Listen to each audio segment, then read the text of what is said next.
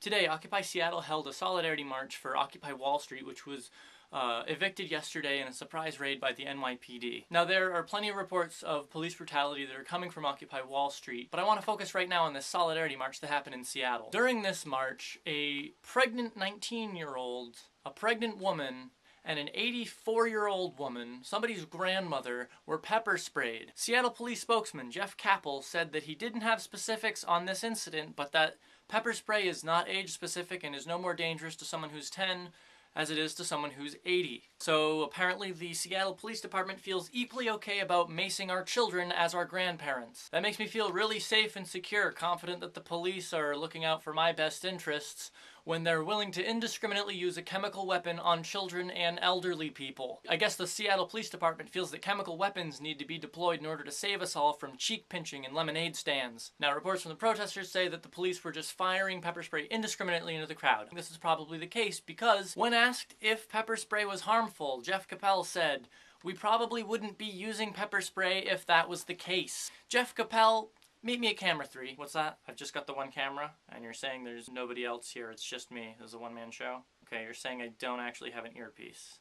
Jeff, your job as a spokesperson for the Seattle Police Department means that you have to be able to speak with well-informed authority. But I have to ask, have you ever been pepper sprayed? Because it doesn't seem like you have.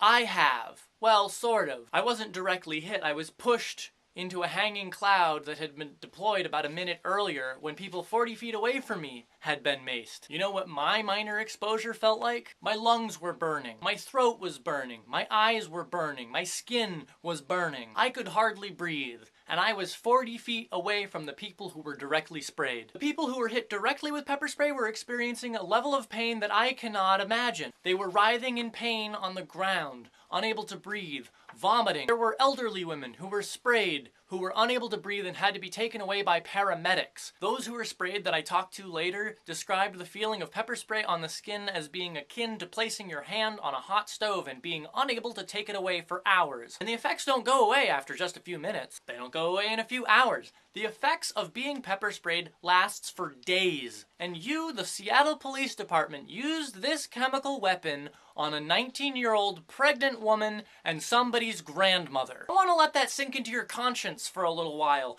Would you mace your grandmother? So Jeff Capel, do us all a little favor, would you? Before you open your yap and start talking about how harmless pepper spray is, I want you to go to one of your fellow officers, ask them to give you a face full of pepper spray, check you in the gut with a nightstick, lock you away in the jail cell, and deny you medical treatment for 24 hours. Then you will have the well-informed authority to tell us exactly how harmless pepper spray is. You can subscribe to the Punk Patriot Show for free by clicking on the button. And if you want to support what I do monetarily, I would really appreciate it. Go to punkpatriot.blogspot.com and sign on to become a monthly subscriber. There's different thank you gifts that go along with each of those, so check those out. Or if you think that some of my videos suck and don't deserve your support, you can always do the individual donate option. You can donate for the ones that you like, and then you can just not donate when I post ones that you don't like. It's fine by me. While you're over there at punkpatriot.blogspot.com, be sure to go and check out the Get Punk Patriot in Your Inbox button. That'll sign you up for updates. I have a sleek little email thing now. Also, I make t-shirts, so go over to punkpatriot.etsy.com and check those out. And if you like one, you can buy it. They're reasonably priced, especially the propaganda ones, because I want to get as many of those out as possible. To life, liberty, and pursuit of a less fucked up government.